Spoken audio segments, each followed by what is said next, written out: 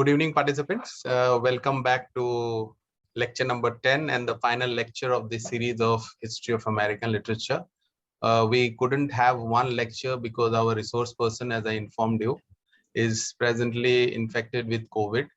So obviously that lecture will take place in the near future. And when it happens, I will definitely inform you and we will join, because that module is a very important module on Romanticism, phase of Romanticism in American literature. So we again have among us Dr. Sunaina Jain, who will be dealing with Modernism in America Part 2 today. She teaches English in MCM DAV College for Women, Chandigarh, and has 10 years of teaching experience. She has worked for her PhD on a topic titled Changing Configurations of Spirituality, Mapping Ecofeminism in the Selected Novels of Alice Walker. As an avid reader, she likes to read widely and also loves to dabble in different genres of writing, creative as well as critical. She has presented papers in national and international seminars and has published many research papers in referred national and international journals like New Academia, Dialogue, Mellow General, and New Horizons. She has authored a book, Communication Skills, which was published by Milestone Publishers, New Delhi. She has contributed a book chapter also titled Survival and Identity, a study of Elie Wiesel's Night and Primo Levi's Survival in Auschwitz, in a book titled Literature, Society, and Politics. She has edited a book, Happiness, An Eternal Quest of Being, which was published by Authors Press, New Delhi, and her poems have featured in a number of literary journals like Nuances, Dialogue, The Hands India, Spark Magazine, and South Asian Ensemble.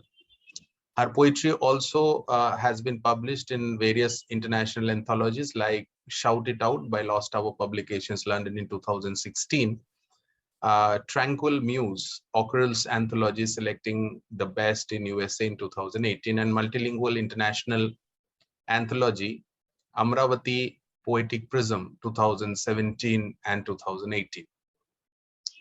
She writes short stories as well, which has been published on the blog of Out of Print magazine, Muse India, Nuances, The Indian Review, and Indian Ruminations.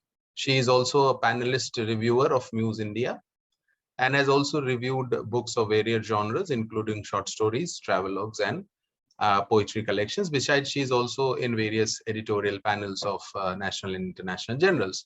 Dr. Sunaina Jain, on behalf of Team DAATH VOYAGE, we welcome you again. It's a pleasure that you have taken, it's a pleasure and honor that you have taken the pain of dealing this very important topic in two different sessions and taken the trouble and pain of preparing so much for our lecture series. So on behalf of Team DAATH VOYAGE, we are really humbled and honored to have you again. The platform is all yours, ma'am. Thank you so much, sir. And it is my pleasure. A very, very good evening to all of you. It is my pleasure to be here and to be a part of this lecture series. I've already delivered lecture session 1 of, Modernism in America. So in continuation, we had discussed, poets and dramatists. And today we shall be starting with novelists of this era and going on to, discussing the Harlem Renaissance and the Beat generation, which has a very big cultural impact on America, on the literary scene as well as otherwise. So these are the things I shall be covering today. And let's get going. Should we start? Yes, ma'am. All right. These are the major novelists: Edith Wharton, Willa Cather, Sherwood Anderson, John Dos Passos, F. Scott Fitzgerald, William Faulkner, Sinclair Lewis, John Steinbeck, and Ernest Hemingway.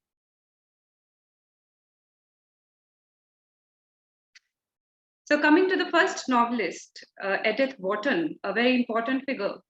And she, an American author who was best known for her stories and novels about upper class society. And she herself was born and brought up in an upper class society. And her major literary model was Henry James. Though later, Sarah Ornett had warned her of, relying too much on James' influence.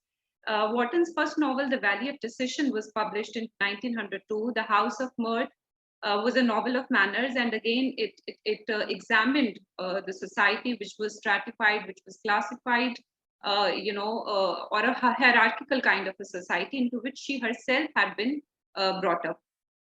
Very, very important work, The Age of Innocence. And I guess some of you might have watched this movie also. It is available on Netflix, a very important work by Edith Wharton, for which she is quite well known, and she won a Pulitzer Prize as well. So this Age of Innocence, this was actually set in, it's important, to discuss a little this work, The Age of Innocence, and it was set in the 1870s New York. And that age was called Gilded Age. Gilded Age because this age was characterized by conspicuous, consumerism, corruption, a display of, wealth, and there were people who were stinkingly rich. So all this kind of, make up the background of this Gilded Age. And the story, The Age of Innocence, it's about a lawyer, Newland Archer, who is a very, very famous lawyer and he's an heir of a very important and aristocratic family. And he is going to be, the novel is about the impending marriage of Newland Archer to his betrothed, and her name is May Welland.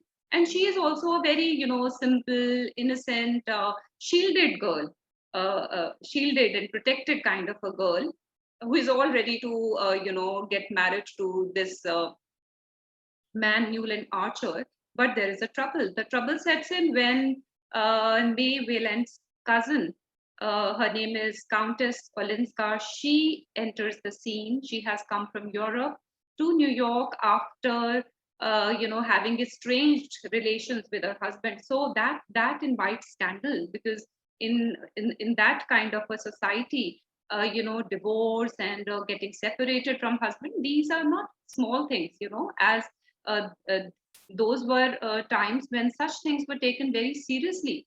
And women were looked down upon if they, if they divorced their husband, or, if it was a strained relationship, the blame would befall a woman.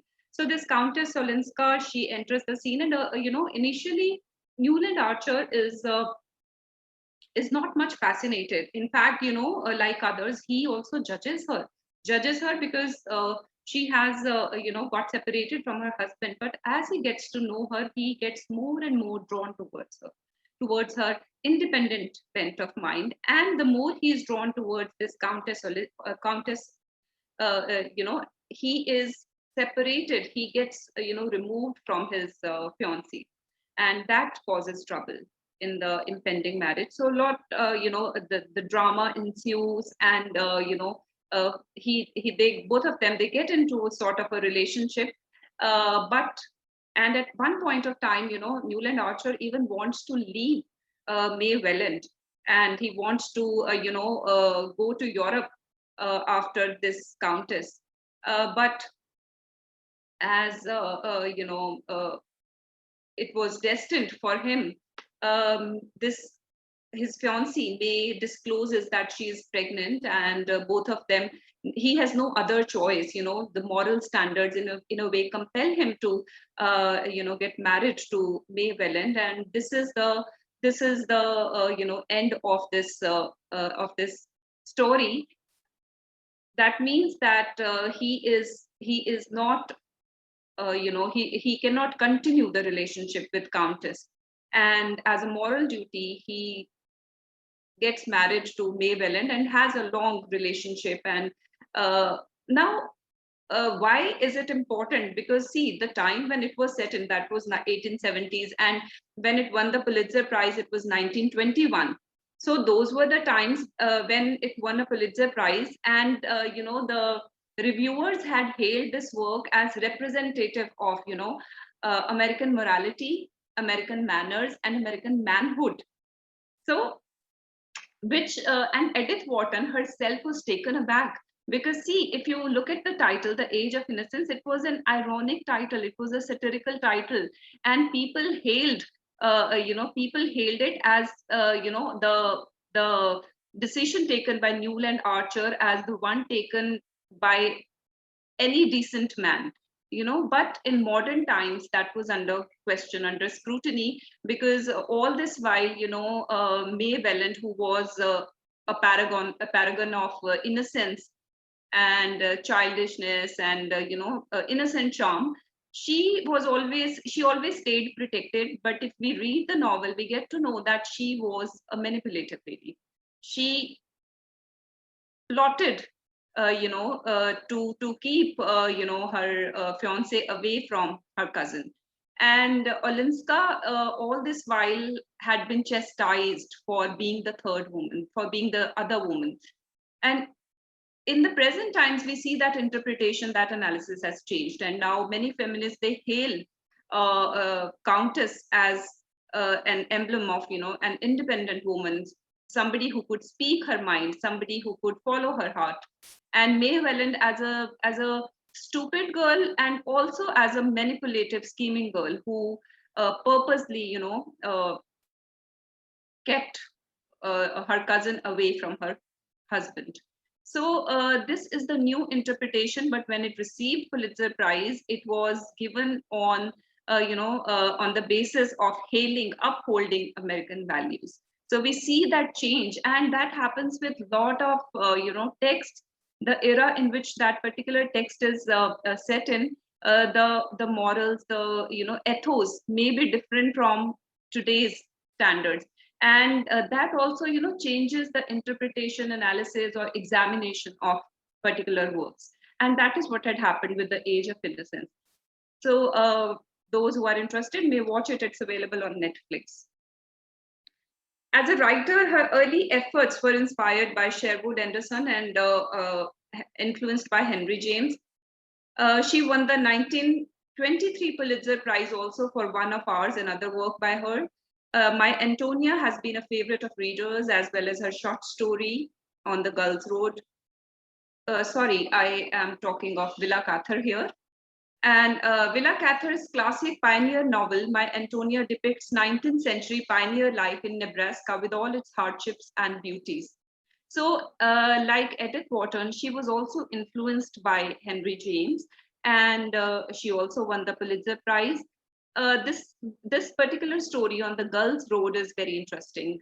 It's about a painter who painted, a portrait many years ago, some 20 years ago, and there's a visitor, and that portrait is hanging in his study. A visitor, comes to his house and sees that portrait, and it is then he recounts, his early life. That portrait is of a Norwegian girl, and I think Alexandria Ebling is her name. I'm not very sure here. Alexandria is her first name, right? So it's about a lady whom he had met on an ocean liner, and they were traveling from Italy to New York. Her husband kept on, overlooking her and did not pay any attention to her, and that infuriated this artist, who got, in the course of time during the journey, he got very close to her, and they develop a relationship. He proposes to her that she can, leave her husband, and they can live by the sea. But that proposal is rejected by this girl, Alexandria, who then discloses that she is suffering from an ailment and she's soon going to die. And she takes a promise from this man, the painter, that she gives a box to him and says that you would not open it until you get a word, you receive any word from me. So they, of course, part the ways, because this union is not possible. She is going to die, and she does not want to, burden this man. They get separated, and after a few months, he gets, he opens the box, as is written in the as is mentioned in the letter, and in that box there are two pink shells. There is a strand of hair, of that girl, Norwegian girl. And there is also a withered magnolia flower, and that magnolia flower belonged to it came from a bouquet which this painter had once gifted her when they had gone ashore, and he had bought this bouquet for her. So these are the last gifts he receives from this girl. And then he recounts, he revisits that it all happened 20 years ago. And this is a very beautiful, touching story on the girls' road. And there are moments when you are reminded of certain scenes from Titanic also. Like he paints a portrait, and that love relationship, it develops during the course of that journey. So you are reminded of a few scenes from Titanic as well. Her classic pioneer novel, it depicted, sorry, this is a repetition. Her novel Death Comes for the Archbishop is included in Modern Library's 100 Best Novels of the 20th Century. And this is a very complex work. It narrates the story of the first Catholic Archbishop of New Mexico and his Vicar General in Death Comes for the Archbishop. And it's a very, very complex portrayal of Mexican, Amerindian, Anglo-American, and European cultures, how they intersect, how that creates complexities in the U.S. Mexico border region from the 1850s through the 1880s. Coming to the next novelist, we have Sherwood Anderson, and who strongly influenced American writing between World Wars I and II, particularly the technique of the short story. He was influenced and published the works of such notable writers as Ernest Hemingway and William Faulkner. His prose style, based on everyday speech, markedly was influential on the early Hemingway, though Hemingway later on, deviated from it and created his own style, which was very dense and multi-layered. His novels include Many Marriages, which stresses the need for sexual fulfillment, and this again, was a topic which was quite bold and candid, during those times. Dark Laughter, which values the primitive over the civilized, and Beyond Desire, a novel of Southern textile mill labor struggles. So Sherwood Anderson had his own place in the American canon, in the American literary canon.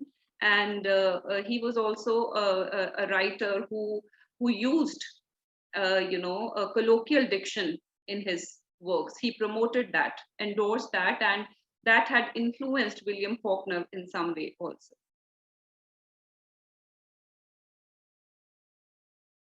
The next writer, John Dos Passos, who was a writer, painter, political activist, and in all things, rolled into one. He was a very, very versatile personality.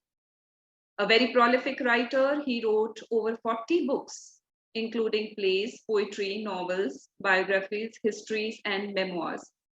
We had last time, I hope you remember the difference between a memoir and an autobiography. Crafted over 400 drawings, watercolors, and other artworks. So he's one of those rare artists who have, who possessed an acumen, not only in writing, but also dabbled in other creative art. So here it was, it was, experiments with drawings. He created lots and lots of drawings. So 400 is no mean feat. He also invented a multimedia format of newsreels, songs, biographies, and autobiography to convey the frenzy of 20th century America's industrialism and urbanism. Instead of direct representation of war, he portrayed lives lived on the edge of the war. Unlike others, unlike Ernest Hemingway, unlike, who with the sun also rises and A Farewell to Arms, he gives a direct representation. He depicts the implications, the repercussions of the war, the psychological scarring it leaves behind very, very directly.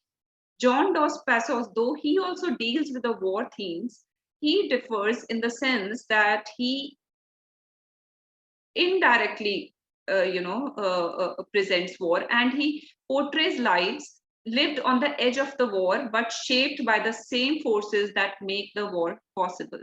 So, not very overtly, but covertly, yes, he did, portray war in his fiction and in his other works as well. His most memorable fiction, Three Soldiers, Manhattan Transfer, USA. USA is the most famous trilogy written by him, and he's most famous for this work, USA. These works fuse history and myth. After USA, Don Passos moved politically to the right and never managed to gain that energy. After graduation, he volunteered as an ambulance driver in World War I, and at the war's end, he worked as a newspaper correspondent and traveled extensively in Spain. His experiences in Europe contributed to his radicalism. And again, talking about USA, which remains one of his most critically acclaimed works, he employed a very experimental technique here, where he incorporated 4 different narrative modes, because he is using fictional narratives of some 12 characters here. He presents live stories of some 12 characters. This is one narrative mode. Then he presents collages of newspaper clippings and song lyrics, which he labels as newsreel in this work.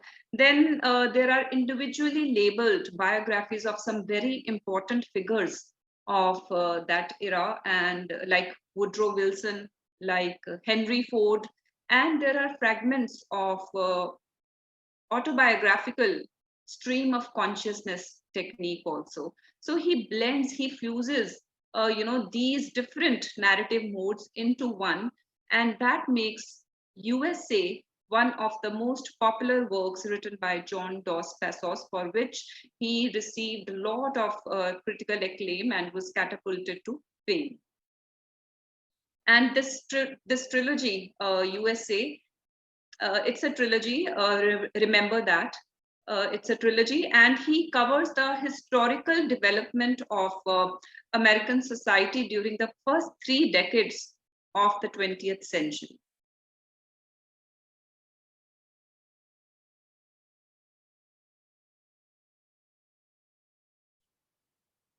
Yes, coming to F. Scott Fitzgerald, uh, a very important American short story writer and novelist who was famous for his depictions of the Jazz Age. Jazz Age, I hope you remember when we talked about the Roaring Twenties, the 1920s era, yes? The Jazz Age, when jazz music became very popular. Some of Fitzgerald's finest short stories appeared in All the Sad Young Men, particularly The Rich Boy and Absolution. The Great Gatsby, I think many of you must be aware of this work. Again, there are adaptations, film adaptations of the same. This was the 3rd novel by F. Scott Fitzgerald and was published in 1925. And this work is almost epical in scope. Those who have watched the movie, or if you have read this work, you will second my opinion that it encapsulates, it captures almost the entire scene, the entire social milieu of the 1920s. And it was set in Jazz Age, New York. The novel tells the tragic story of Jay Gatsby, a self-made millionaire, and his pursuit of Daisy Bucknan, his love interest, who was a wealthy young woman whom he loved in his youth. So all the while, throughout the novel, you will see how he keeps on making attempts to win this lady, Daisy Bucknan, and there he is pitted against a man called Tom, to whom she gets married. And Jay Gatsby, who is a self-made millionaire, self-made, there is a hint of it is shady how he has become, because he comes from a very humble background. I mean, he is there to fulfill, to realize the American dream. But as you read, during the course of the novel, you realize that the American dream he has been striving to achieve eludes him. And this novel gives a critical social history of the 1920s. It covers, the prohibition era, prohibition times, and in fact, this man Jay Gatsby, he makes his fortunes by indulging in the bootlegging industry. The bootlegging industry is, when prohibition was enforced, people, of course, there were people who did not, abide by the laws, abide by the, prohibition laws. And there were people who indulged in smuggling of liquor illegally. So that was it's also called, I think, rum running, something, I think rum running and bootlegging. So this is involvement in some kind of an illegal trade of, uh, sending alcohol to different places. So this was the era. Fitzgerald, he talks about, he keeps this prohibition as the background. He also talks about the economic prosperity. He also talks about the flapper culture, where this woman Daisy Bucknan is emblematic of. She's representative of those times when, women used to get bobbed hair, and they would indulge in, activities. They had, or libertine moors, we can call. So they were independent minded women who engaged in, who had their hair bobbed, and they moved around in social circles. And this was also the age when youth had become rebellious. They defied, as is evident, how prohibition was defied by people, how the traditional moral standards of the previous ages, the established standards, had gone for a toss. So these are some of the things which Fitzgerald captures in this epical work. And so this was basically a morally permissive time. 1920s was a morally permissive time, because people had become disillusioned with the prevailing social norms, and they had almost, what you can call, monomaniacal, obsession with self gratification. They wanted to, acquire more and more to gratify themselves, whether it was desired. So basically, a society which was hedonistic to the core. That is what Fitzgerald captures in this book. And when we talk about the basic themes of this book, it deals with so many themes. It deals with the shattering of the American dream, because this American dream, ultimately eludes this man Jay Gatsby. Then it is also about class stratification, because the novel underscores the limit, which American lower, through which, according to which American lower class people can never ascend those heights as can be attained by people who were born with a silver spoon. So people who were born in aristocratic families, who were of noble birth, uh, who were born in, such families, in upper class families, they had a privilege of, enjoying, acquiring all material things, and of living the American dream. Though this is again ironical, because this was a society which was, you know, uh, which was becoming more and more debauched and libertine. So this American dream, this is in fact a mockery of the American dream, because people are actually distorting the ideals of the very idea of the American dream, on which it was premised that, anyone who is hardworking, anyone who is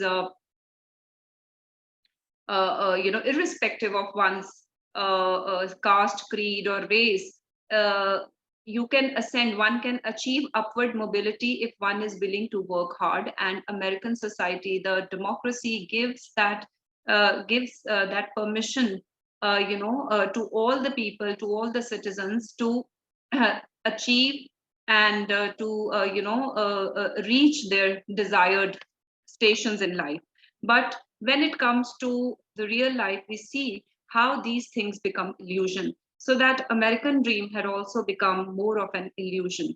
We see in this novel how he ropes in, how Fitzgerald, incorporates the theme of race, of displacement, of class stratification, where this man Tom, who is married to Daisy Buckman, he, in fact, addresses Jay Gatsby as Mr. Nobody from Nowhere.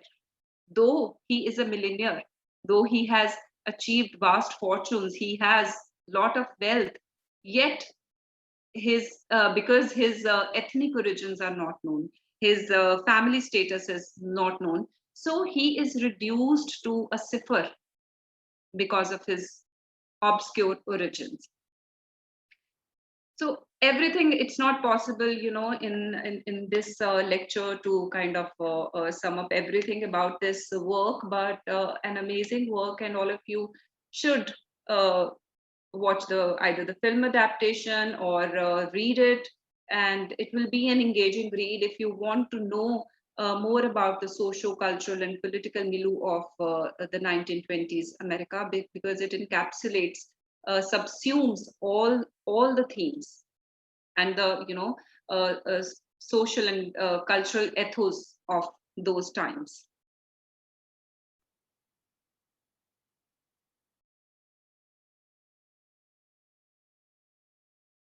Yes, so Gatsby's quest leads him from poverty to wealth. He is a man who belongs to lower station and accumulates wealth, though I have told you that it is through the bootlegging industry. It is through his involvement in bootlegging industry, which was illegal, into the arms of his beloved Daisy Buckman and eventually to death.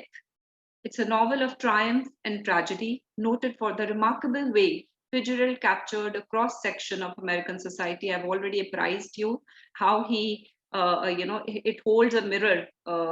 It holds up a mirror to the then American society.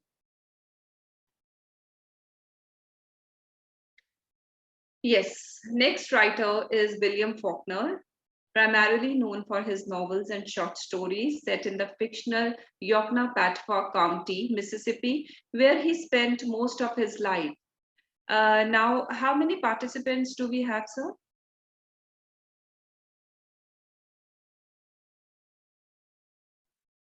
Can anybody name one or two authors who may be called regional authors, regional novelists, apart from William Faulkner, because he, in a way, immortalized this fictional county, Yoknapatawpha? Anybody? Participants, you can in the chat box.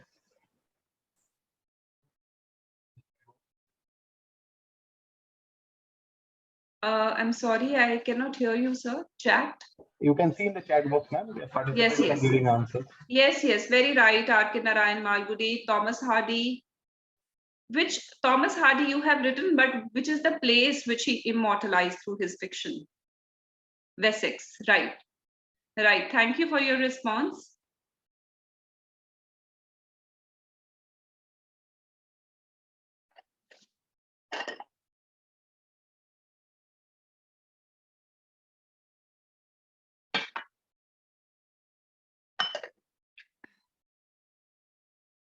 So William Faulkner, he won Nobel Prize in Literature in 1949, making him the only Mississippi-born Nobel laureate. One of the most celebrated writers, two of his works, A Fable and his last novel, The Reverse, each won the Pulitzer Prize for fiction.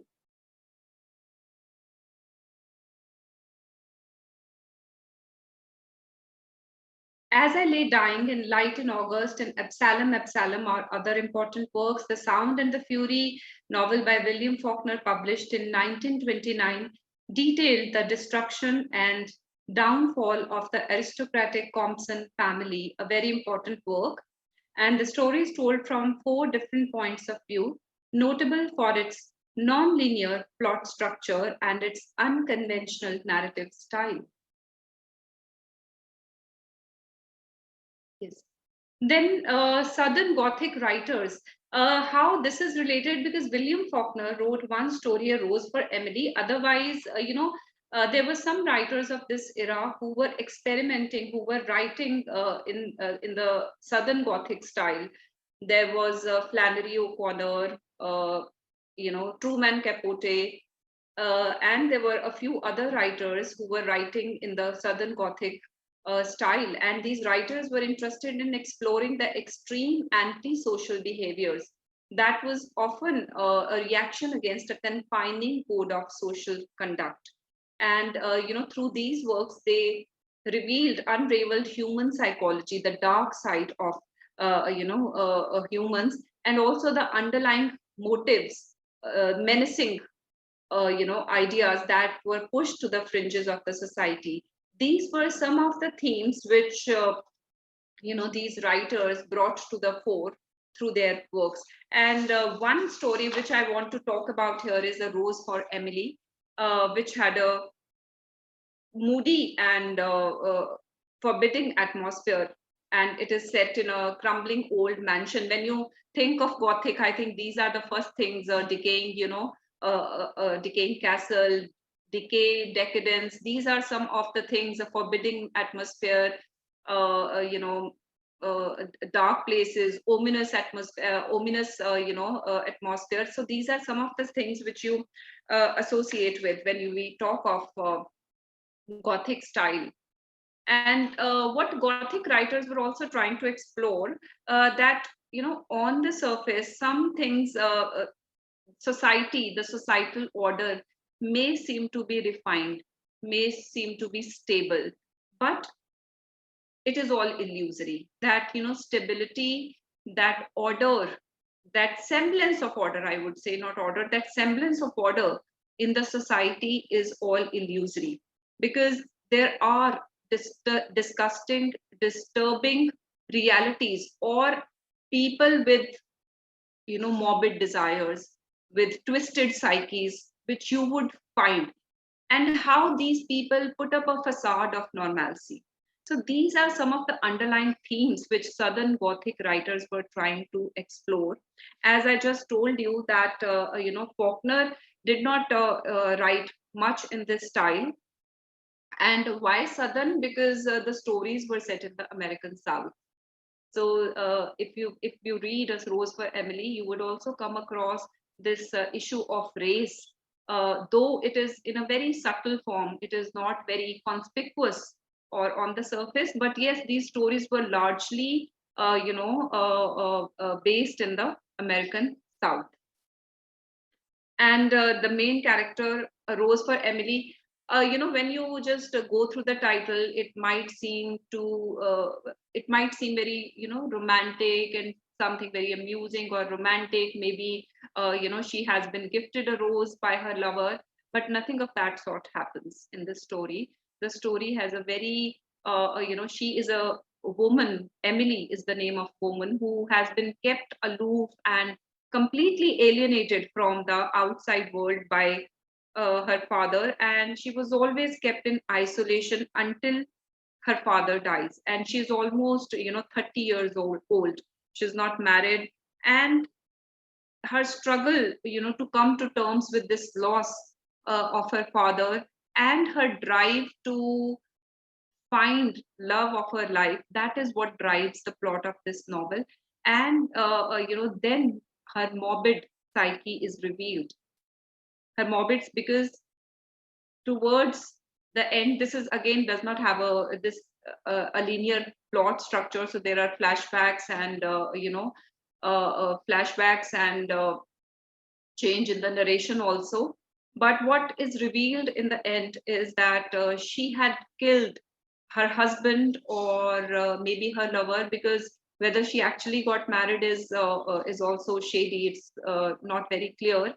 So she killed a man called Homer Barron, whom she met, after during her prime, and she used to roam around with him. People used to, scoff at her because he was a man of a humble background. He did not match up to the status of Emily, and that is something which her father might have never liked. So what is revealed in the end, that she presumably poisoned her husband, and she kept his dead body with her in that house of hers, in that crumbling mansion of hers, for years and years. It is, and that is revealed later on, because what is found is, there is a strand of hair near the corpse, the decaying corpse of Homer Barron, which people find when there is the stink coming from the house, and later on, it is revealed that she might have killed him, kept her corpse in the house, and that is why that stench. But she never allowed people to visit her. She was a lady who was very obstinate. She refused to pay taxes, and people had stopped visiting her. So she stayed aloof, alienated, detached from everything outside of her home for years and years. And this is what is found in the end, which that is something which reveals her, maybe she was a paranoid schizophrenic, maybe she had morbid psyche. So whatever it was, she was not a mentally stable woman, right? And the because the setting is such, the mood is such, we can place it in the category of Southern Gothic work. So this also introduces you this, because these writers were active in the 1920s. This work, this short story, is in the league of Southern Gothic short fiction. And my intention of introducing you into A Rose for Emily is also the fact you should know about another genre which was developing in the 1920s, and that was the Southern Gothic fiction. Sir, am I going at the right pace? Yes, ma'am. No issues.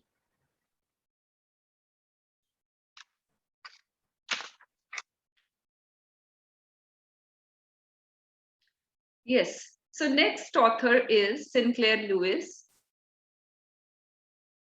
Works are known for the critical views of American capitalism and materialism between the wars. See, again, time and again, you would feel that most of these writers were in one way or the other affected by the political climate of that era or the social climate of that era, and their works reflected, the prevailing social, cultural, or the political climate of those times. And as I said, last time also, that literature is never written in a vacuum, never written in a void. There has to have a certain context to it, and the prevailing social mores or the political climate of that era always influence and shape the writings of those times. Yes, coming to Sinclair Lewis, he was also respected for his strong characterizations of modern working women, punctured American complacency with his broadly drawn, widely popular satirical novels, and one of it is Babbitt. He won the Nobel Prize for Literature in 1930, and this was the first given to an American. Of course, there would be more who received, more Americans who received Nobel Prize, but it was given in 1930, so he was the first American that way. In 1922, he published Babbitt, a study of the complacent American whose individuality has been sucked out of him by Rotary clubs, business ideals, and general conformity. And now, we also use this term, it's used in general parlance also, Babbittry. Babbitry, which has become a byname or a synonym for adherence to a conformist, materialistic, and anti-intellectual way of life. People who are just, used to living life as it comes to them without, coming out of their comfort zones, just basking in the glory of all the comforts which they have attained in their life. So he is a kind of a socialite, you can say. So this novel deals satirically but lovingly, Babbitt's routines. What is his routine? He goes to and fro from work, he socializes, he plays golf, he goes to the club, he becomes involved in local politics, he is invited or is a member of the Rotary clubs. All that is expected of, from a normal man, of this age, one who has obtained a decent station in his life, one who is comfortable, one who can afford luxuries and comforts of life. So this is the general lifestyle which Sinclair Lewis is satirizing in this novel. So he realizes, and his world, he has been living this life all the while, but his world is turned upside down when his best friend is arrested for shooting his own wife. It is then Babbitt begins to question and rebel against some of the values which he has always held very dear to him. He starts associating with a group of bohemians, something which he was not used to and which he would have never done in normal circumstances. So a bohemian way of life was not something suited to him. He was used to living a life which was very complacent, which was very conformist. He could never think of being unconventional or non-conformist. But this incident, in a way, upends his life, his views, his thinking. So for a brief time, he indulges in an affair. He starts having association with other bohemians of the society, and he also champions a liberal politician whom he had some animosity with earlier. But this is just an experimental phase. He comes out of it very soon because he cannot hold on to it very long. This is not the way of life he is accustomed to. So he finds himself,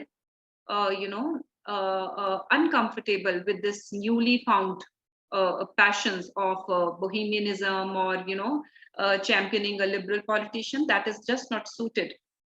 So Babbitry is a synonym for adherence to those materialistic, conformist values and an anti-intellectual way of life. And Babbitt passed into general usage to represent the optimistic, self-congratulatory, middle-aged businessman whose horizons were bounded by his village limits, who could not think beyond that, who was not intellectual in his approach, right?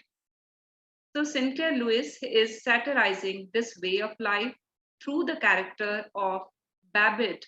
Though it is a satire, it is a loving satire. I mean, it is not a very scathing satire or a caustic satire where he is, venting out his resentment.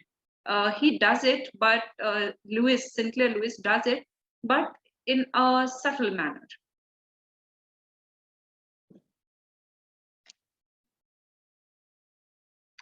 Just a minute, please.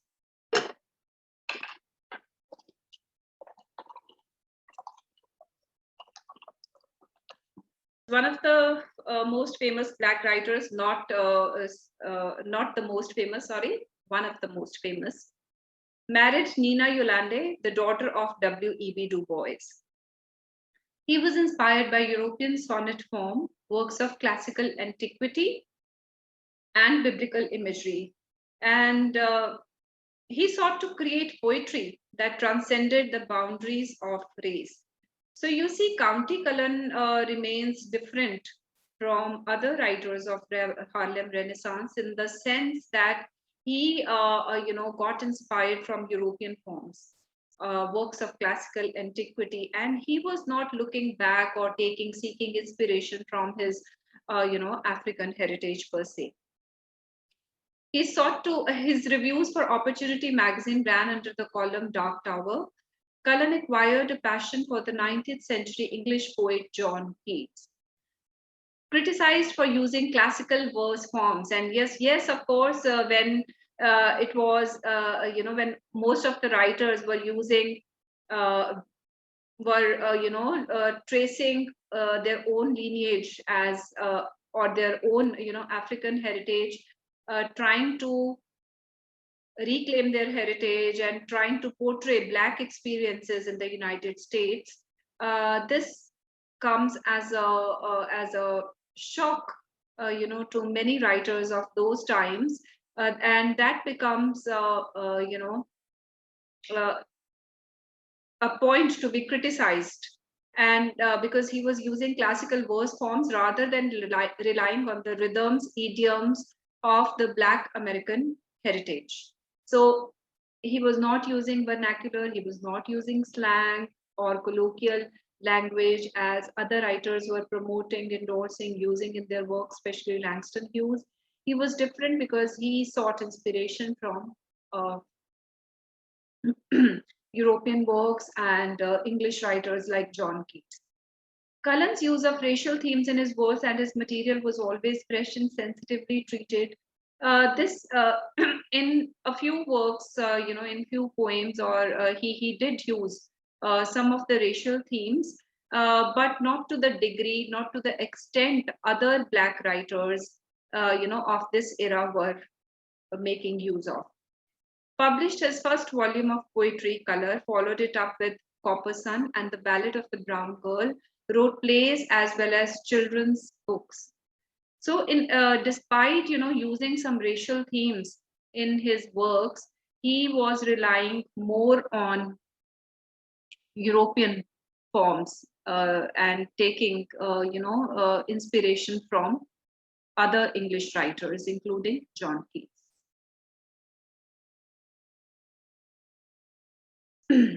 Next, we have James Weldon Johnson, an American writer, civil rights activist, was known during the Harlem Renaissance for his poems, novels, and anthologies. Got married to civil rights activist Grace Johnson. He was a leader of the National Association for the Advancement of Colored People, NAACP. He started working in 1917. He organized mass demonstrations against Jim Crow era laws, racism, violence. So he was more of an activist. Instrumental in increasing, National Association for the Advancement of Colored People's membership rolls in southern states, and an action that would set the stage for the civil rights movement decades later. So the civil rights movement, which which started with, in a way, started with when Rosa Parks had, refused to give up her seat to a white man in Montgomery, and which started this, which started a kind of rebellion, revolt against the prevailing, norms of and prevailing injustices in the, at public places, in hotels, motels, libraries, buses. So all this was going on, and Rosa Parks, who was a civil activist, and later on he was joined by Martin Luther King, they protested against these form of injustices and inequalities in the American society, and that paved way for the civil rights movement of the 1960s, 70s, because during this era, even miscegenation was enforced. That means, interracial marriages were not allowed. Black people were not allowed to, marry white people. And in Mississippi, Alice Walker, a very famous Black writer, African American writer, she was one of the first people who got married to a Jewish lawyer, way back then, when miscegenation, and she received a lot of threats, for this decision of hers. But the couple, they took all the threats in their stride, and they moved places, of course. Though they were later divorced, they remain one of the first couples, who got married despite this miscegenation laws in place in the United States way back then. Now, James Weldon Johnson, he also studied law and became the first Black lawyer in the state of Florida. He was the first African American professor to be hired at New York University. He wrote lyrics for Lift Every Voice and Sing. This is very famous because this became the Negro national anthem. He published the autobiography of an ex-colored man in 1912, followed by Gorge Trombones in 1927. In 1930, he published a sociological study, Black Manhattan, Negro Americans, What Now? Was a book-length address advocating fuller civil rights for African Americans. So there were a lot of demands when civil rights movement took place. Demand for equal voting rights, equal housing, equal opportunities, equal because there was even during Harlem Renaissance, the places which African Americans occupied, or the apartments which were rented out to them or sold to them, they were given to them at 75% dearer than those were given to the white people. So you see how inequalities, how this discrimination prevailed at each and every level. So these Black people have been fighting, and then all these movements, or even this literary movement, in a way, when they started reclaiming, when they started voicing out their dissent, protest, whether it was through activism, whether it was through writings, it paved way for the changes which actually took place. So there is Brown versus Board of Education.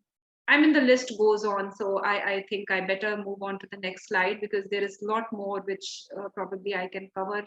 But it is outside the scope of this session. So probably we can talk about it some other time. Yes, Claude McKay, a Jamaican writer and poet. He was a central figure. In 1919, McKay wrote If We Must Die, one of his best known works. America, it balances ideas of loving and hating the United States. See, many Black writers, many Black poets, they wrote, poem about America, starting, if we, look back in the 19th century, if we look back to the 19th century, we have Walt Whitman, I Hear America Singing, and how he was, in reply to his I Hear America Singing, Langston Hughes had written, I too sing America. I mean, I am the darker brother, right? So Let America Be America was again, penned by Langston Hughes. So many writers expressed their vision of America, their idea of what America should be and how it has been behaving or misbehaving, mistreating the ethnic minorities. So again, this idea is taken up by Claude McKay, where he's balancing. It's not his attitude towards America remains ambivalent. He's balancing the love and hate relationship. So it's a kind of a bittersweet relationship with America. He earned praise for his poetry collection, Harlem Shadows. This remains very important work by Claude McKay. He wrote 5 novels, Home to Harlem, then Banjo, Banana Bottom, Romance in Marseille. He was attracted to communism in his early life, but he always asserted that he never became an official member of the Communist Party. Gradually became disillusioned with communism. W.E.B. Du Bois, the next one, an American. We have talked, about W.E.B. Du Bois before too, about the speech he had delivered and how he, in a way, wanted assimilation into the, white culture. He was an American sociologist, socialist, historian, civil rights activist, author, writer, and editor. The Souls of Black Folk, Essays and Sketches. This is a very important work by Du Bois, which is a seminal work in the history of sociology and a cornerstone of African American literature. And in The Souls of Black Folk, he uses this term double consciousness. So, even in net exam, UGC net exam, this is important. You may be asked, double consciousness. This phrase was used by which, Black writer. So it's very important, double consciousness, because he expresses it as the inner turmoil, the inner conflict, which the suppressed, the marginalized, the sidelined groups in a dominant society, experience. And like Black's identity, he represents the feeling that Black's identity is divided into different parts, and that makes it very hard for them, difficult for them to have a unified, stable identity.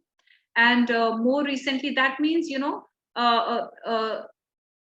this concept of double consciousness, where you have to see yourself from the eyes of the colonizer, or the dominant group, and how you are judged by them, how you are evaluated and assessed by them. So that becomes double consciousness. And it has been expanded to other situations of social inequality, not just how blacks felt, or the kind of inner tumult which was faced by the blacks living in the United States, but you can expand it and extend it to women's experiences living in patriarchal societies, right? Jean Toomer, the next writer who is very famous for his work Cain, who was a humanist, and he was uncertain of his ethnic makeup, yet identified with black themes. His stark picture of Southern segregation powered Cain, and it was an experimental three-part study of Black identity and citizenship in the United States. And this mixed genre text contains, there is verse, there are sketches, commentary, drama, all rolled into one. Just as John Dos Passos experimented in USA trilogy.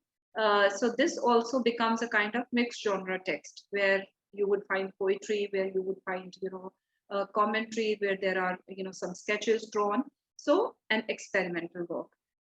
The work, set in Georgia, enlarges on Afrocentrism and prefigures the vast Black migration to Chicago, Washington, D.C., and other northeastern urban centers. And Jean Toomer influenced the Black is Beautiful movement of the 1960s, 1970s.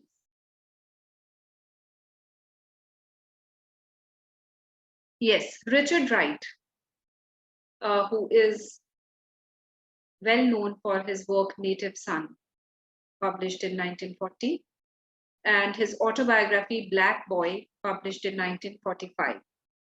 And Native Son, it captures the story of a poor black boy named Bigger Thomas, who accidentally kills a white girl, and later on, he kills his black girlfriend also. But in the course of his ensuing, flight, when he is uh, evading law, he suddenly feels a feeling of exhilaration for the first time in his life.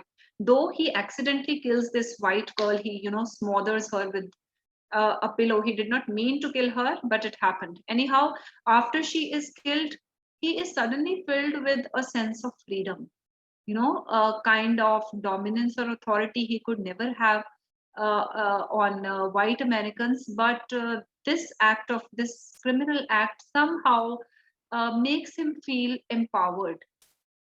Though, Richard Wright is not endorsing this crime of his, but, in a way, he is giving a psychological insight into the mind of this boy, this man, Bigger Thomas, that for the first time in his life, he feels he had an upper hand over the whites when he killed a white girl. And later, in the course of his ensuing flight, he happens to kill his girlfriend also. So his Black Boy is a moving account, which is an autobiography, is a moving account of his childhood and young manhood in the South. The Outsider, acclaimed as the first American existential novel, warned that the Black man had awakened in a disintegrating society not ready to include him. Now, when I talk of The Outsider, does it remind you of some other work with the same title by a different author? and that too is existential in nature. Yes,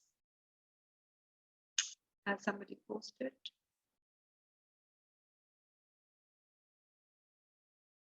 Yes, yes, yes, stranger or the outsider.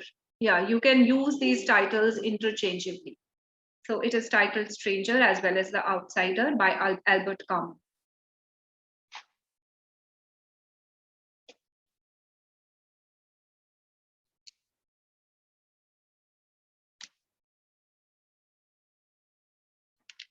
Yes.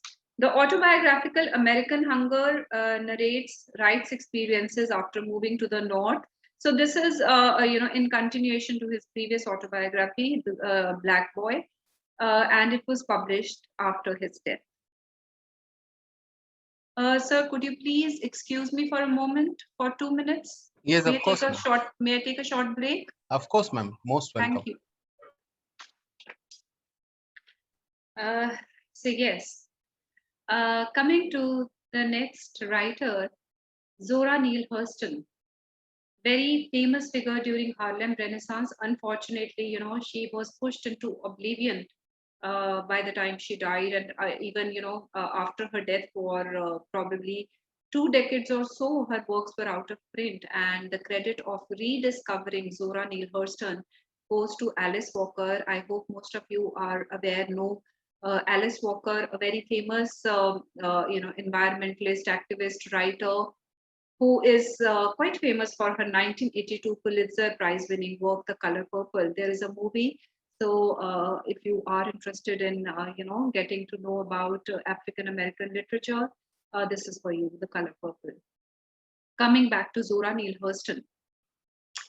Unfortunately, Zora's reputation had completely declined by the time of her death in 1960. And it was very sad, a figure uh, who who was well known during her lifetime. She studied in good universities, had acquaintances and friends in the core Harlem Renaissance circle, uh, and who was quite active as an anthropologist also, but she died in destitution, in abject poverty.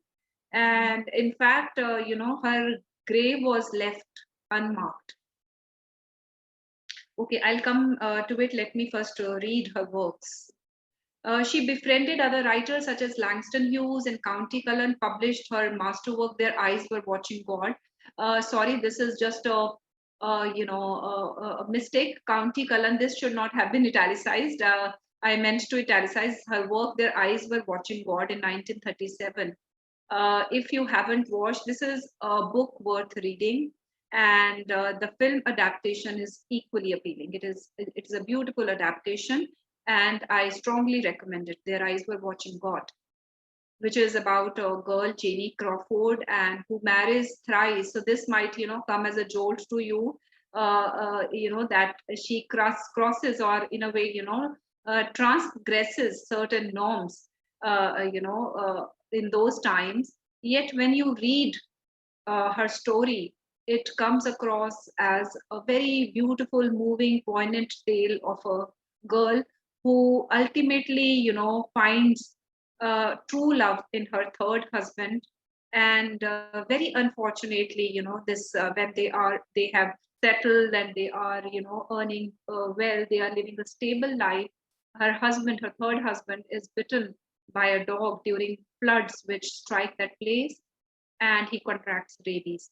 And when he is afflicted by rabies, he becomes more like a dog. He starts behaving like a dog. He becomes violent like a dog. And in one of the self-defense moments, she has to kill her husband. A very beautiful, touching story, which and as beautifully written by Zora Neale Hurston. Tell My Horse, her study of Caribbean voodoo practices in 1938, and another masterful novel, Moses, Man of the Mountain, in 1939. right? So in this novel, she gains her freedom, Janie Crawford, and she gains her power after the death of her most loved husband, Tea Cake. When her autobiography Dust Tracks on a Road was published in 1942, she finally received the well-earned acclaim that had eluded her. But now, of course, this work, Dust Tracks on a Road, is also popular. She is most popular for this novel, Their Eyes Were Watching God. And in 1942, she was profiled in Who's Who in America, current biography and 20th century authors. Imagine a woman of this stature who was writing prolifically, who was a famed anthropologist, who was a brilliant writer, died in destitution. Still, Hurston never received the financial rewards she deserved, and she was buried in a grave that remained unmarked until 1973. Yeah. Coming back to how that grave remained unmarked and how it was rediscovered by Alice Walker. Alice Walker, when she started reading about Zora Neale Hurston, she was so moved and influenced by her writing that she went all the way. She was very disappointed to know that her grave was unmarked. So she visited the place where, Zora Neale Hurston was buried. And in fact, Alice Walker had had a snake bite there because there were weeds all around. So it was with a lot of difficulty she found that particular corner. And then, she engraved a stone in the memory of Zora Neale Hurston. So in a way, rediscovering her and in a way, giving her prominence or a place which she deserved long time back but had eluded her.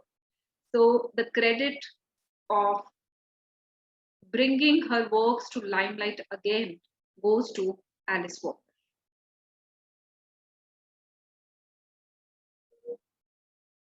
Yes, Nella Larson. She published only two novels, Quicksand and Passing. Died in obscurity in 1964. Passing is a novel which was published or a novella, a short novel, published in 1929. Set primarily in the Harlem neighborhood of New York City in the 1920s, it centers on the reunion of two childhood friends, Claire Kendry and Irene Redfield, and their increasing fascination with each other's lives. Now, you would wonder why this fascination with each other's life, and if it is about a reunion, what does the word passing mean? Have you heard of this term before, passing?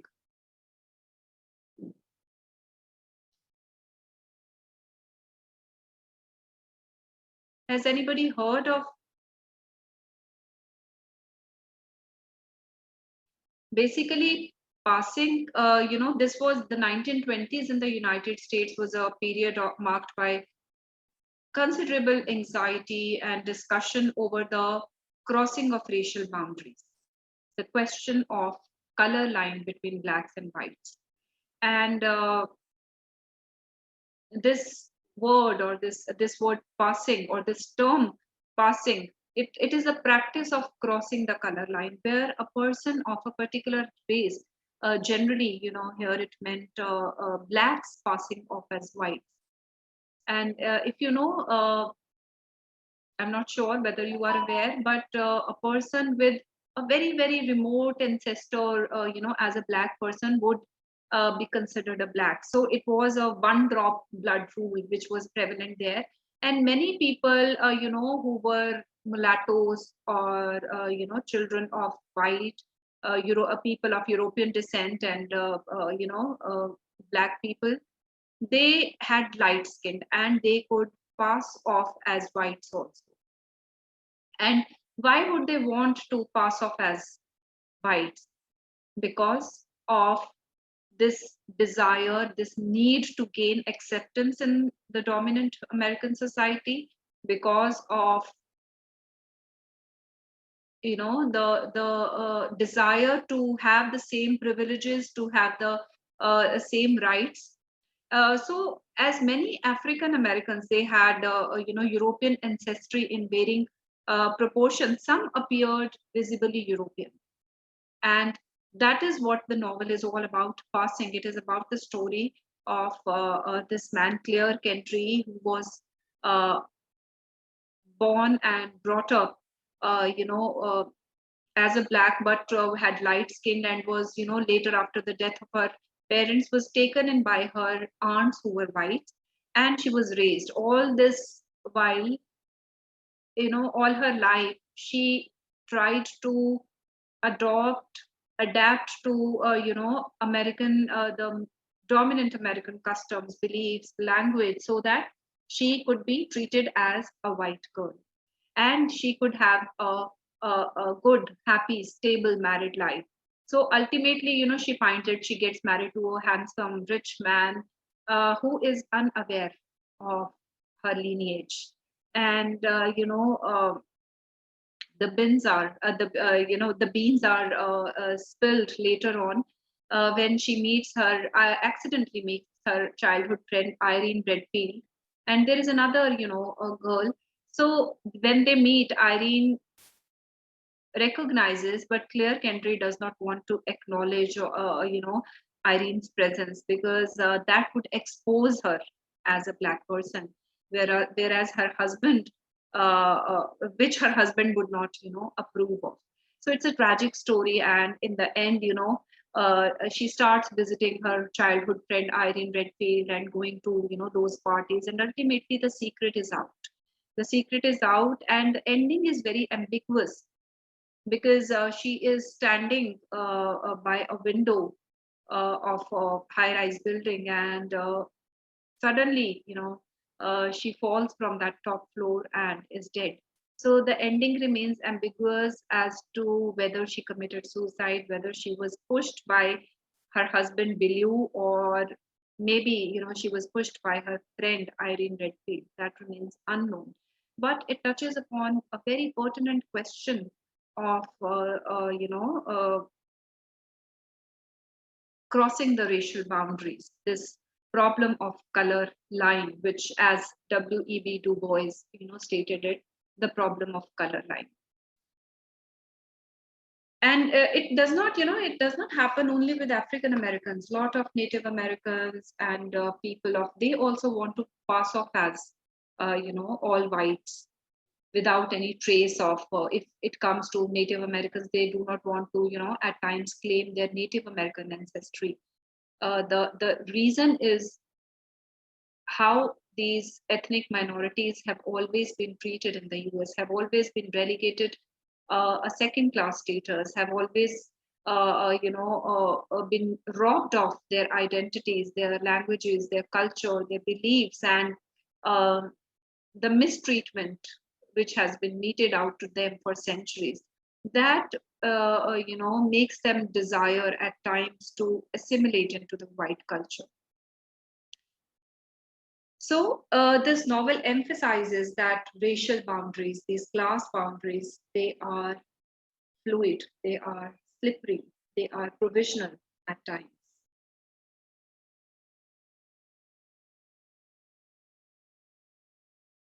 Yes, Jessie Fawcett, an other writer, an African American editor, poet, essayist, novelist, and educator, who aided the careers of notable other poets like, you know, Langston Hughes. But what is ironical about Jessie Fawcett is, despite, you know, having spearheaded the careers of many important notable writers of the time, she herself, could not gain the same fame, right? And the major themes in her writings were racial discrimination, passing, and feminism.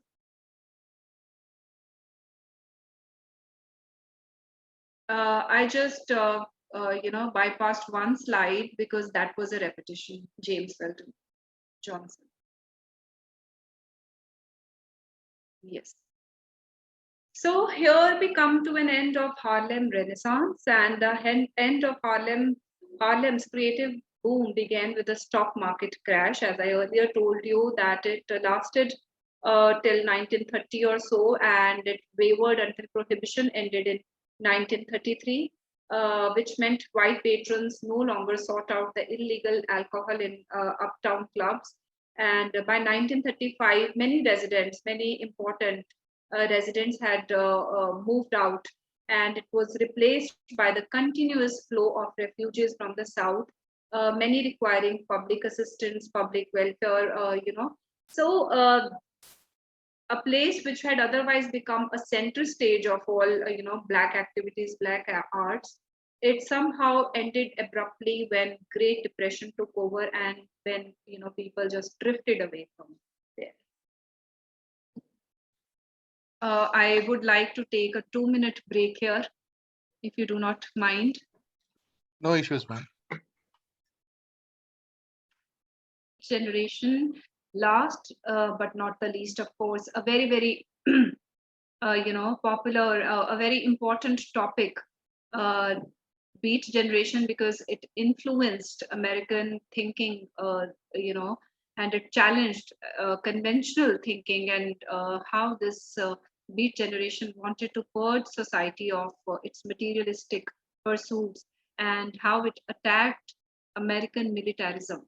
So it remains a very, very important, Beat movement, if we can call it. They were, it was a group of writers actually. So again, I always say that nothing happens, nothing is created, produced in a vacuum. Why Beat Generation chose to adopt styles which were unconventional, which were non-conformist, which were rebellious. Something must have propelled them to, think that way. So what was that? Now, this Beat Generation, Beat poetry, emerged from the disillusionment of the World War II.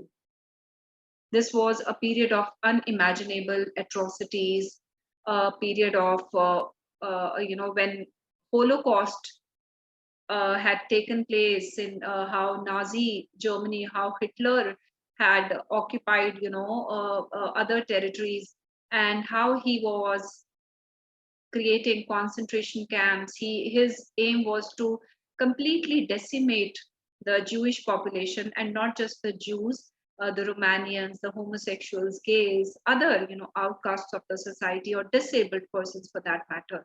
Largely, when we talk about Holocaust, we tend to assume that it affected only Jews. Yes, majorly the Jews, but there were other, communities also. So this was the time, 1940s, as you are aware, how Hitler had, this mission in his mind to uh, create a pure Aryan race and to purge Germany of Jews altogether. And it was a very systematic, procedure, starting from the persecution of Jews and then taking them to labor camps, ultimately to the concentration camps, where millions of Jews were um, put to gas chambers. They were incinerated. There were mass graves. I mean, all sort of horrors which are unimaginable in the modern times, right? So Beat Generation developed against this backdrop. World War II had ended, but during the World War, America had dropped atom bombs on Hiroshima and Nagasaki. So these people had witnessed in horror, how these nuclear weapons, how these atomic bombs could devastate mankind, could, completely wipe out human population. And when war ended, United States went into a Cold War again with the Soviet Union. So this was basically a period of uncertainty, of fear, of geopolitical hostility, that created paranoia, that created anxiety, and cultural and political repression at home. United States, the administration, politicians had gone paranoid. Paranoid, they feared any sort of, infiltration, communist infiltration into the mainstream United States. So this was the kind of atmosphere which propelled certain people, sensitive people like the beat poets, like Allen Ginsberg, like William Burroughs. Sir, am I audible? I think my throat is Yes, you getting are a little. audible. You are Okay, my audible. throat is getting a little choked, so I am speaking a No bit issues, ma'am. All right. The literary movement originated in the 1950s, emerged from the disillusionment. A new generation of poets, including Allen Ginsberg, William Burroughs, Jack Kerouac. These are the major literary figures. We also read about and discussed William Carlos Williams earlier in the first session. So he remains kind of a surrogate father. He was very influential for the beat poets, especially Allen Ginsberg. And the center of their activities were the places San Francisco, Los Angeles, and New York City before they sort of moved base to the Bay Area. Bay Area, where Lawrence Ferlinghetti, City Lights, bookstore, who was a publisher who ran a bookstore, and he was a publisher also, and was known for publishing controversial literature. He resided. So these people, in a way, gathered and settled there. And how now an important question which comes to mind: why beat generation? How has this term been derived? Now this term, it subsumes, it combines a lot of different senses. So beat or beaten means weariness of something or someone who is down and out, the marginalized people in the society, people who are outcasts, people who are at the fringes of the society.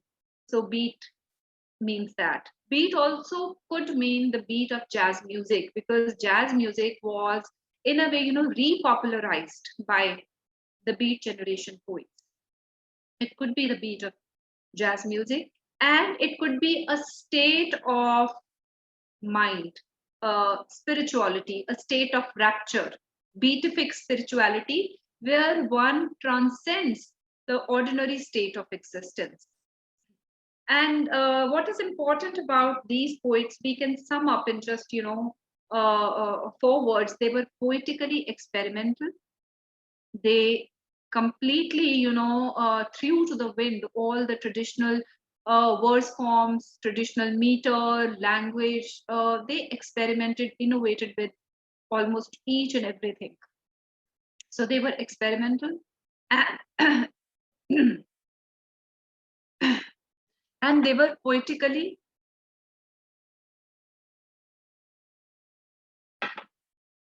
dissident.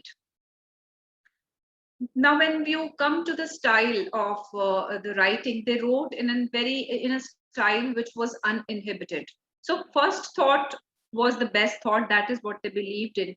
Most of these writers, most of these poets did not revise their drafts. In fact, when I talk of William Burroughs or Jack Kerouac, you would be surprised to know about their style of writing, how they never revised it.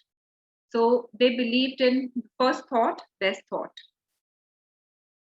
And they thought, there was this present era is killing the spirit. It is a era which is driven by mechanization, militarism, and it is intolerant. It is intolerant towards the outcasts of the society, towards the people who cannot fit into the fold of normativity. So heterosexuality was the norm way back in America then.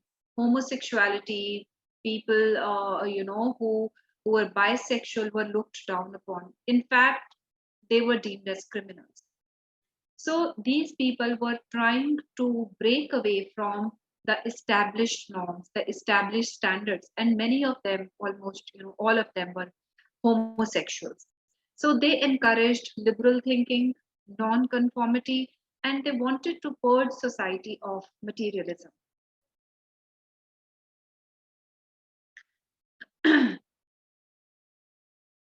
Yes, a very important thing, they experimented with free sex, they experimented with drugs, they experimented with different styles of meditation, and they tried to expand their consciousness through explorations of hallucinogenic drugs like marijuana, peyote, LSD. These were some of the drugs. And in fact, Allen Ginsberg wrote much of his poetry, and not just Allen Ginsberg, even William Burroughs. They wrote most of their poetry under the effect of these, mind-altering drugs. They wanted sexual freedom. They also turned to Eastern religions. Eastern religion, Allen Ginsberg specifically, he turned to Buddhism, not just Allen Ginsberg, in fact, Jack Kerouac also. They turned to Buddhism. And Allen Ginsberg, in fact, visited India quite many times. He spent a lot of time here because he was drawn to Eastern religions. They were inspired from jazz musicians, surrealists, metaphysical poets, visionary poets such as William Blake, especially Allen Ginsberg, because he thought, by taking drugs, by getting high on peyote or LSD or marijuana, they could, envision the world in a different form. So that is why he was drawn to visionary poets such as William Blake. They were also, influenced by haiku and Zen poetry. And some of the major figures, Allen Ginsberg, Jack Kerouac, Michael McClure, William Burroughs, these are the famous figures. Coming to Allen Ginsberg, he was the visionary poet and founding father of the Beat generation, who had a very troubled childhood. His mother was his mother was Naomi Ginsberg and father was Louis Ginsberg. He was an English school teacher and was a poet himself. But his father wrote in traditional style. He was not unconventional, neither in his writing nor in his thinking. But his mother was a paranoid schizophrenic. She always had harbored these fears, that Nazi Germany, Nazi people are going to attack her, that her mother-in-law is going to, kill her. So these were the kind of hallucinations which she went through all her life and was admitted to hospitals, to mental asylums many a time. And this madness, in a way, ran into the family. It affected Ginsberg to a large extent. There was an instance where Ginsberg was admitted to a hospital to evade arrest, but later on we see he was actually kept in mental asylum for his insanity. So his early childhood and even adulthood, when he attained maturity, puberty, his life was scarred by psychological troubles, and there was a series of nervous breakdowns also, and this is what inspired him to write unconventionally, think unconventionally, and also the fact he was never comfortable with his sexuality. There was always this mind body dichotomy in him because he was born and brought up in a culture which accepted hetero sexuality as the norm, right? And as he grew up, he took admission in Columbia University. He became a disciple of Lionel Trilling. He in the beginning, in the nascent stages, when he just joined university, he was just like another student who had come to learn. And he was quite influenced by Walt Whitman and, Thoreau and Emerson, people or poets who were always hailed as, the major American writers who brought about change through their writings. So these were the people whom he worshipped also. But as he grew up, as he witnessed things, he became disillusioned. As especially, in 1940s, after the World War, or after America, started these witch hunts, the era of McCarthyism in 1950s, he had become completely disillusioned with the ideal of American dream, with the idea of America as a democracy that had completely been shattered by that time. And that made him write poetry which was nonconformist, which was rebellious, and which was groundbreaking because nothing of that sort had previously been published. We talk of, take for example, Howl and Kaddish. These are, Howl is the magnum opus. When you talk of Allen Ginsberg, you cannot talk of him without talking of this long poem, where he makes a cataloging, you know. He used poetry both for personal expression and also for criticizing, the political climate of America. And in 1943, while he was studying at Columbia University, he was expelled from there, right? Because he had written something on the dorm window, which was objectionable, which was very offensive, and he was expelled from that university. But he had befriended William Burroughs by that time and Jack Kerouac.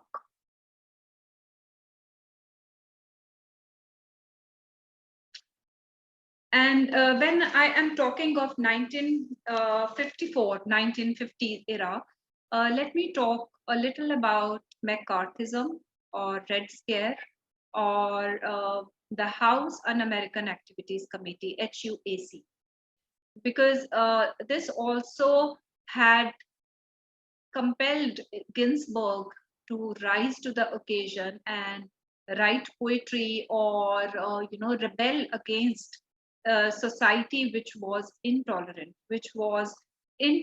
of any difference of opinion. So in 1938,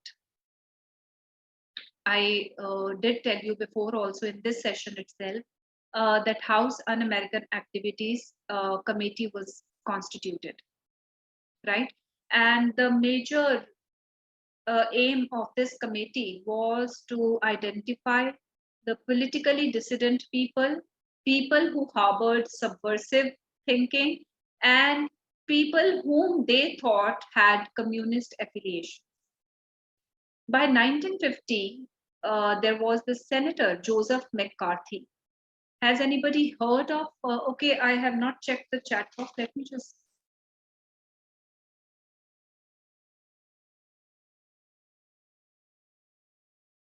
Okay.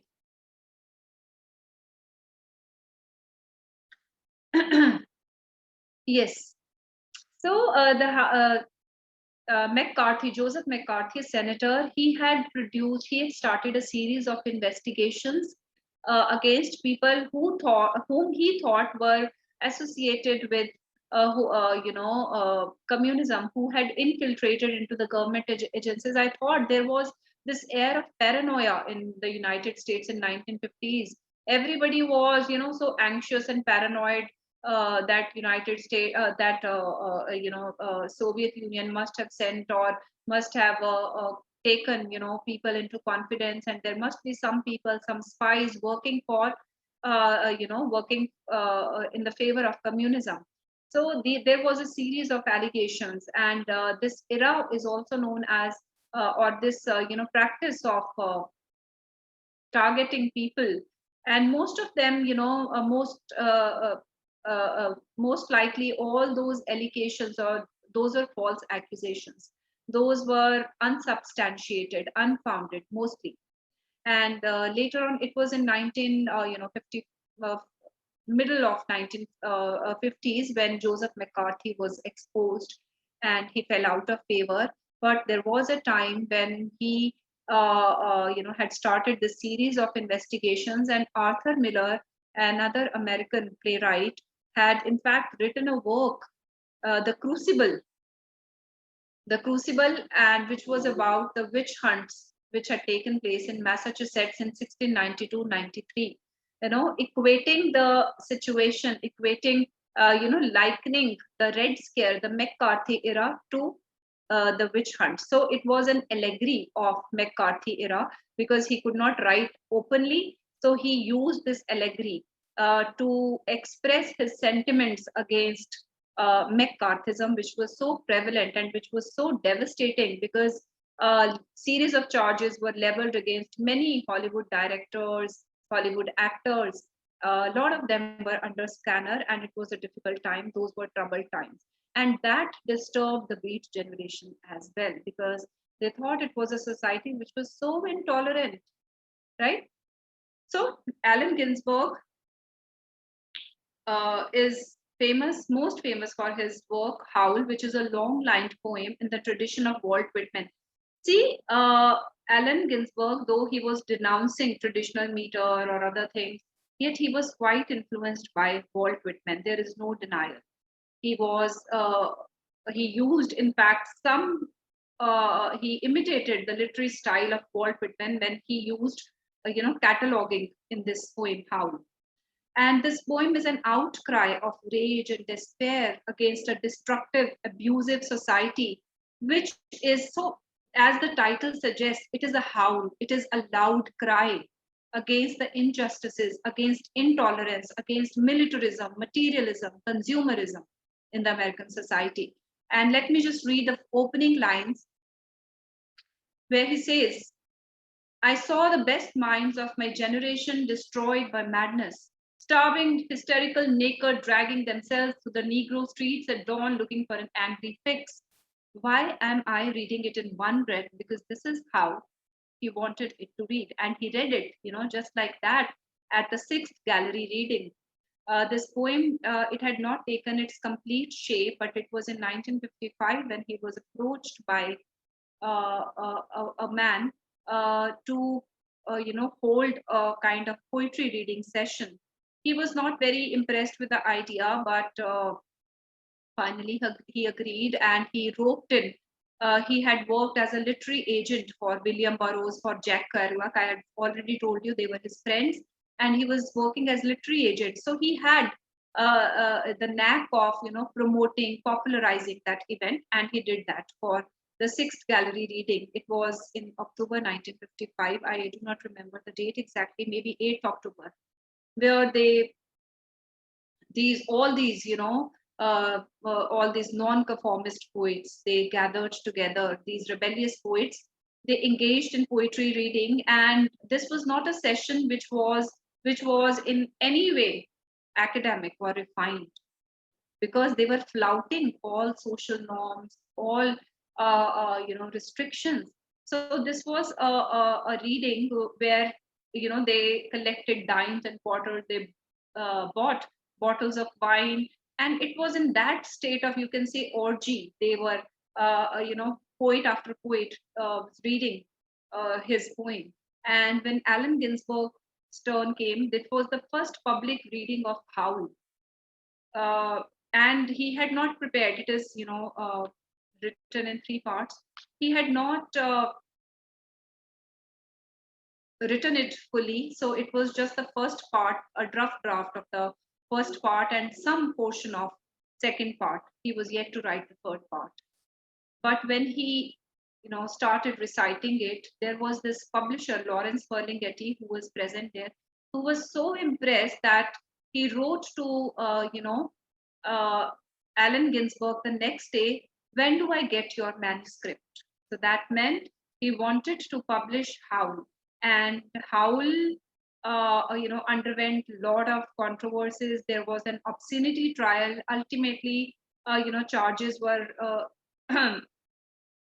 they were acquitted of the charges, and on the grounds that this poem had some redeeming social importance. And usse pehle hi, just before that, there was this Supreme Court ruling where they had given a leeway to a work on the grounds that it had redeeming social importance. So Howl got the benefit of it, and it became a manifesto of the Beat movement. As I think it's already 8:35, I would not discuss Kaddish, and I would go to the next writer, William Burroughs, a friend of Allen Ginsberg, famous for Naked Lunch, which is semi-autobiographical.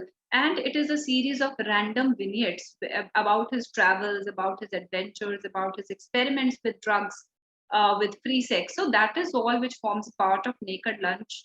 And again, very experimental. And William Burroughs, in fact, had killed his wife, and he had